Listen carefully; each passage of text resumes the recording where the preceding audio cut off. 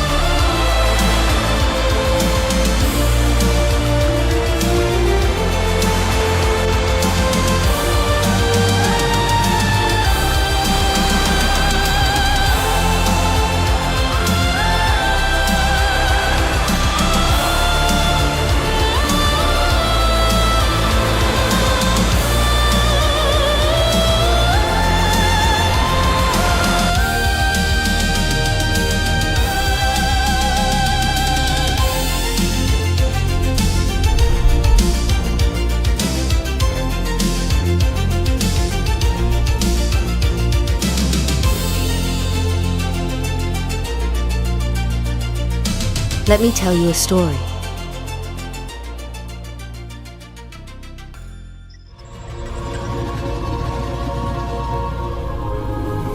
Pandora opened her box, and then all evils were loosed upon the galaxy.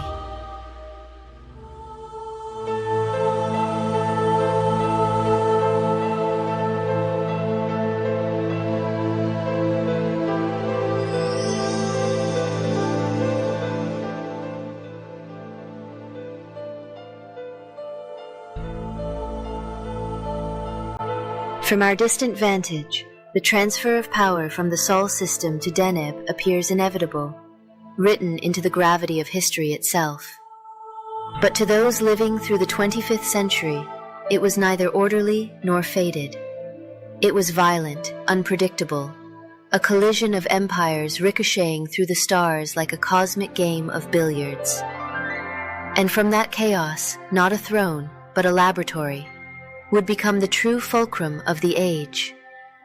An unremarkable medical research facility on a forgotten boom world ignited forces no civilization could contain. And the moment a young scientist named Lords Cassandra stepped into the light of the galactic stage, history crossed its point of weightlessness, past which there could be no return. Princess Clarissa Maggio, Caldris Royal Library, from the Chronicle. Deneb 4, Empire of Light and Darkness.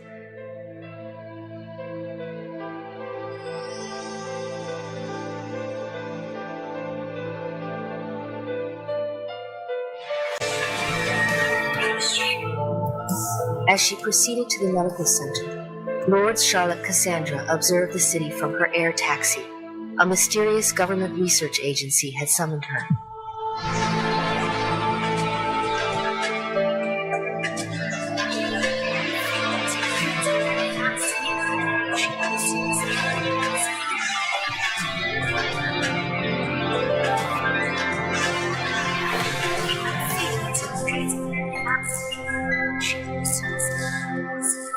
Dr. Cassandra, thank you for coming.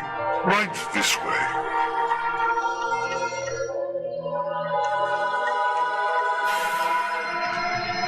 Thank you, Dr. Scalata.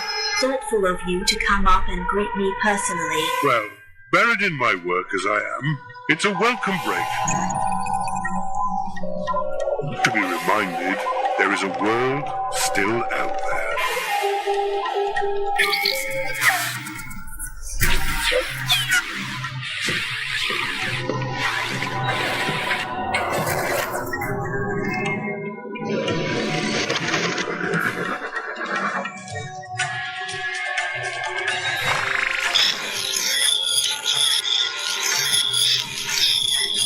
Oh yes, I'm sorry.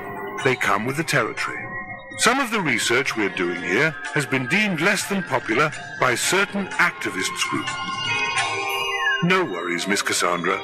You'll receive no harm from them. They take fire before failing by their duty.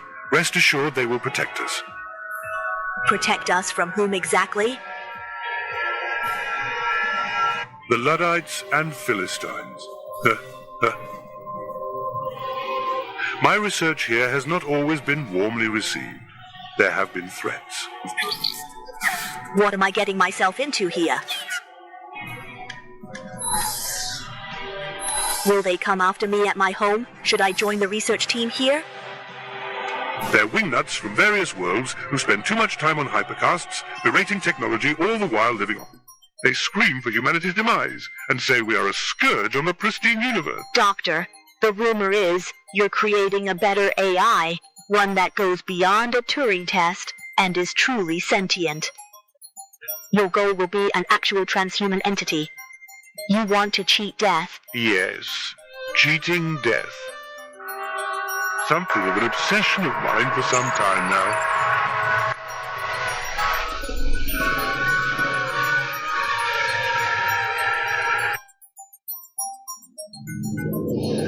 This kind of research has been going on for centuries, with really no way to prove if the AI is self-aware or not.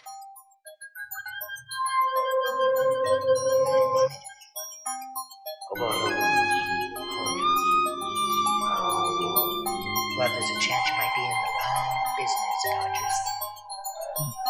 Oh, my young neurologist. I can assure you I'm quite unaware. Because I'm dead.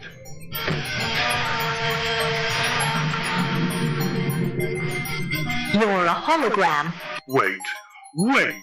Indulge me. The program is quite capable of carrying on as well as I would if I were alive.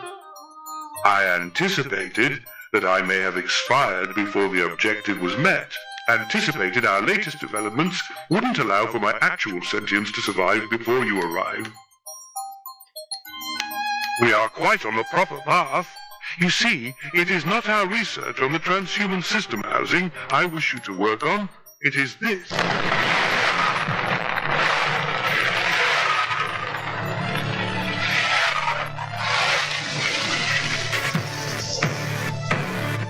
This is alien technology. These particular predecessors, Doctor. How long before us in time? Millions of years. Many millions of years. 65 million, we estimate. Strangely, the same time as the extinction of Earth's dinosaurs. Well, we believe it could interface with the organisms that created it, as well as function without them, such that it may have been sentient itself. If that is the case, then all this facility may have finally found a solution to the sentience issue. Genuine transhumanism may finally be possible. So, if it was once sentient, how do you know it wasn't these machines that killed off the creators that made it? Well, we don't. That's what the radicals are upset about. And why we've had to heighten security. Some feel we are creating a monster. Summoning the demon. Yet, if ignorant both of your enemy and yourself, you are certain to be in peril. Well, I'm sure there is nothing I can help you discover from this fragment of the predecessor being's technology that you couldn't discover with all this facility at your disposal. I must decline the offer to work on this with you, Doctor. I have a career plan. Thank you, but no thank you. That is true, Dr. Cassandra, but it is not the fragment which we wish you to examine. We've discovered an intact base of these predecessor beings.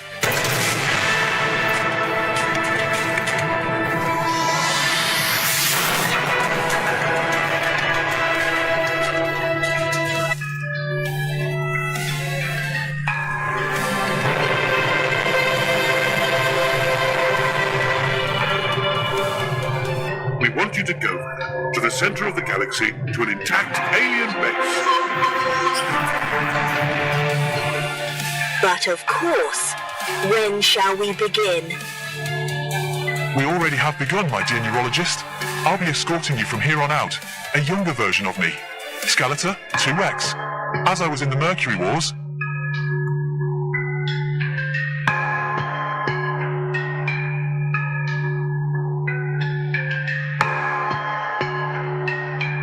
Lords found herself strangely amused at the AI then. It seemed almost to have a sense of humor, and an uncanny sense of what a living person would want to see next. Firstly, the grandfatherly scientist to calm her about the scientific assignment. Next, a stalwart tin soldier to guide her along her journey among the stars.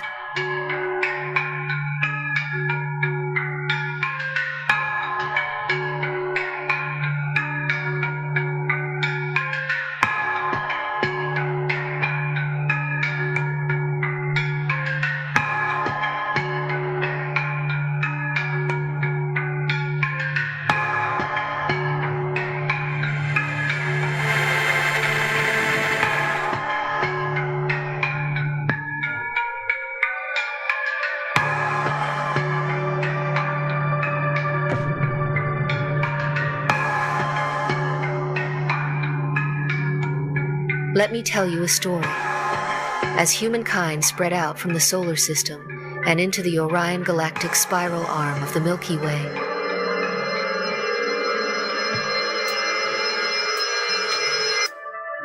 the Great Silk Road of old occurred in a new form, in a myriad of paths traced not by feet and wheels, but by the starships.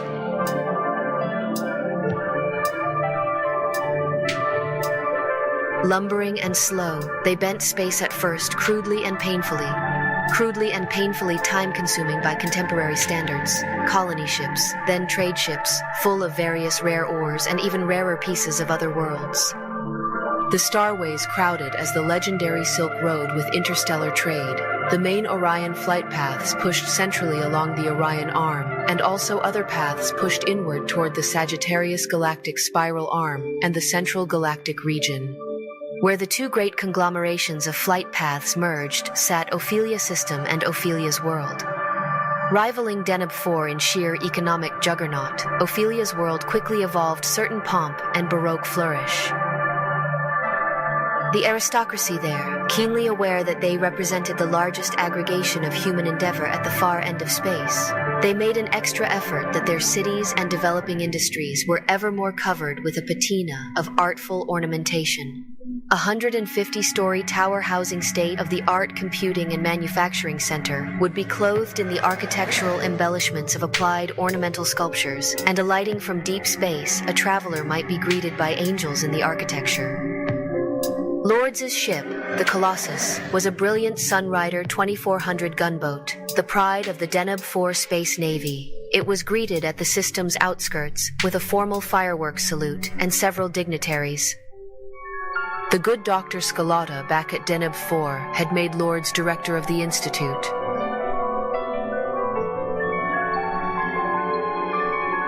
Princess Clarissa Maggio, Caldress, Ophelia's World, gilded oasis of the galactic starways.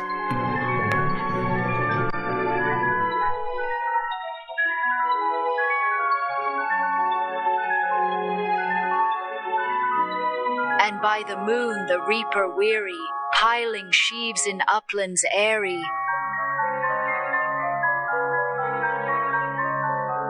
Listening whispers, 'tis the fairy lady of Shalott. She knows not what the curse may be, and so she weaveth steadily. And little other care hath she, the lady of Shalott.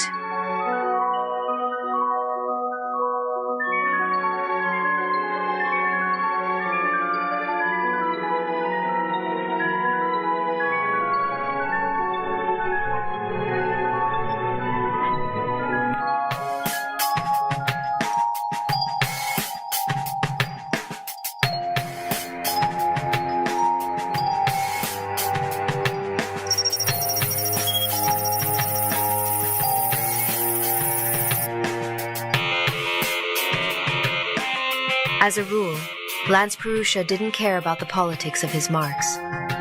He was a professional, and his work was to take them out of this world. The rationale behind his client's desired kills interested him not at all.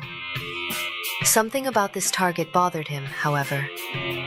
She was apolitical, a research scientist in medicine, and there was something dirty in the notion of killing her that he quite simply couldn't shake this time. Watching the massive Sunrider make its way down to the luxurious hotels along the shore, he reviewed his info on her, again and again, looking for something she had done that could justify taking her out. There wasn't anything. She had recently been appointed Director of Innocuous Research on Artificial Intelligence and Human-Computer Interfaces. His clients saw all artificial intelligence as a threat. He did not.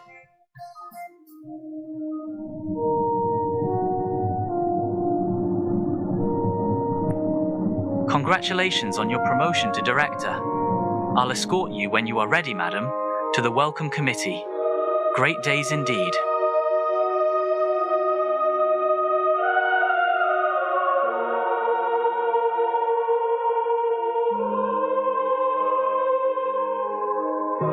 A grand welcome then. Good to go. A far cry from laboratories and such.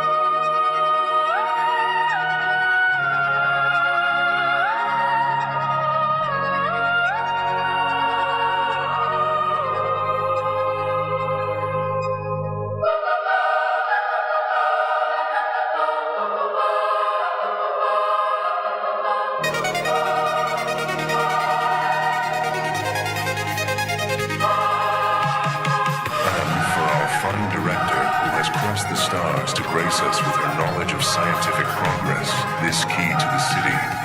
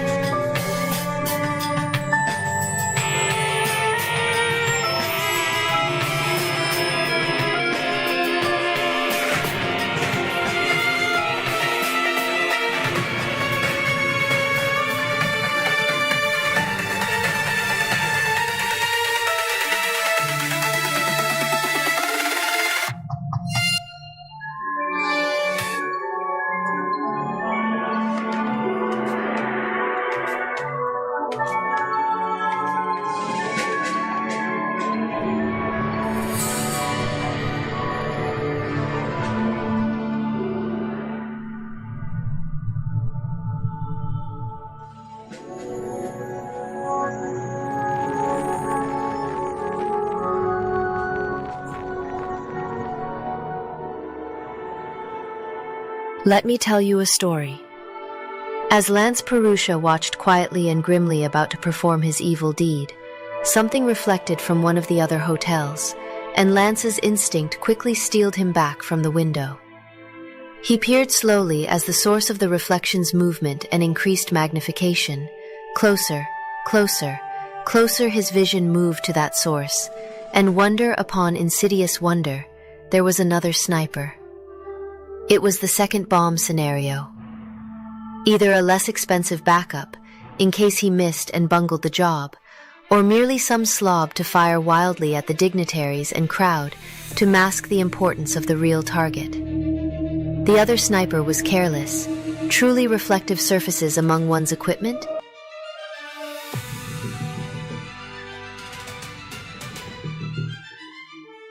In a lifetime of random violence, neglect, and abuse since his birth, Lance had never backed away from a fight. This was the first time he was taking the life of someone truly innocent, someone who'd done nothing wrong. And it felt dirty, you know? Even with his hardened heart, shaped by violence, by the chaos of the frontier, this felt ugly, wrong. There was a sickness to it he just couldn't shake. And he knew it couldn't be that clumsy second shooter handling it, messing around with reflective surfaces like an amateur. No, a man's gotta have standards. Well, that thought violated his codes.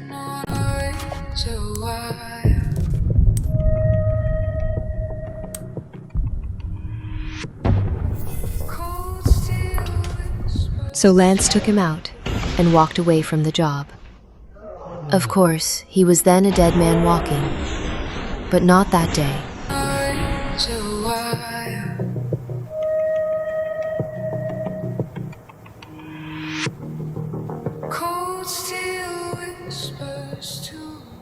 When Lance chose not to kill Lourdes, he believed he was showing mercy. He did not realize he had just altered the fate of civilizations. Lourdes survived, and with her survival, a chain of events began that no one in the Arcturian worlds could have foreseen. She traveled beyond the settled systems, into the ancient regions near the galactic core, a place older than any human empire. There she discovered something our historians still struggle to explain: an abandoned installation, built by a civilization that vanished long before humanity ever reached the stars. At her side was Tutu, the officer who had been assigned to her long before this journey began. Somewhere along the long corridors of empire and war, they had fallen in love. For a brief moment in the long history of the galaxy, they found something rare even among the stars: love. But the galaxy does not grant such gifts without consequence. Our records tell us Tutu died there, murdered by a traitor. And in the silence that followed his death, Lords would make a choice that would change the destiny of worlds. She sat upon the ancient alien seat which they knew was dangerous, and she was transformed. She completed her mission as the elder Dr. Scalata had sent her, to true human transhumanism. And when she did, the war that would reshape the Pandoran Age truly began. It would take centuries for the cyborg empire to convince itself that peace was permanent. Later generations would name the era the Deneb Pax, as if giving it a title could make it true. Order expanded, borders stabilized, power learned how to rest without loosening its grip. The peace had an architect, Lords Cassandra. One will, patient and relentless, guiding humanity forward under the promise that control was safety and unity was survival. Under that design, Deneb 4 grew. But peace does not end because of madness alone. Its first true fracture did not come from raiders or tyrants, or the half-formed ambitions of broken men. It came from refusal, from the Arcturian colonials who turned away from Deneb and moved outward along the Sagittarius Arm, building dense, disciplined systems beyond the reach of imperial oversight. They did not reject order, they rejected submission.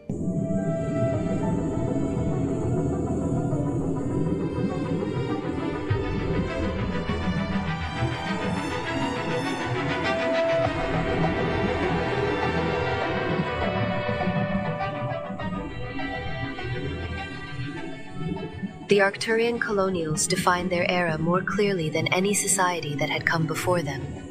They believed in optimism as a discipline, technology as a moral force, and unrestricted freedom of action and trade as a civic virtue. These were not abstractions to them. They were visible, written into their cities, which rose instead of sprawled, into their economies, which accelerated rather than stagnated, into their daily lives, where freedom was assumed, not negotiated. They achieved this without the suffocating totality of imperial governance and its transhuman overlords, without the endless internal wars of the oligarchies and kingdoms, without the ecstatic brutality of the marauder cult at the galactic core. In a galaxy accustomed to domination or collapse, they represented a third path: prosperity without surrender, order without chains. In retrospect, their achievements have taken on the texture of myth. Their markets moved capital at scales later civilizations would struggle to comprehend. Their logistics anticipated needs before they were articulated. Their infrastructure scaled not through coercion, but through trust, an assumption that rational actors given freedom would choose cooperation over ruin. It is easy now to forget that they were mortal, that they were fragile, that they lived one generation at a time, just as we do. Looking out across the galaxy as it exists today, fragmented, frightened, ruled by systems that no longer pretend to serve the people within them, It is tempting to ask how such a civilization could simply vanish. How the brightest experiment humanity ever conducted could end not in failure, but in annihilation. Once again, it is the Arcturian colonials who step forward on the galactic stage, not as conquerors, not as tyrants, but as the unanswered question history never resolved. Princess Clarissa Maggio. The Arcturian colonials, materialists of the abstract.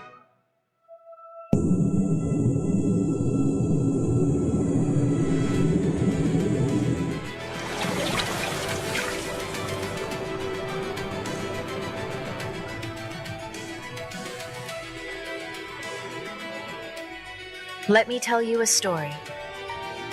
Morning dawned lazy, gray, and rainy at the starport as Dylan tossed himself into a window seat and ran sleepy fingers through his hair.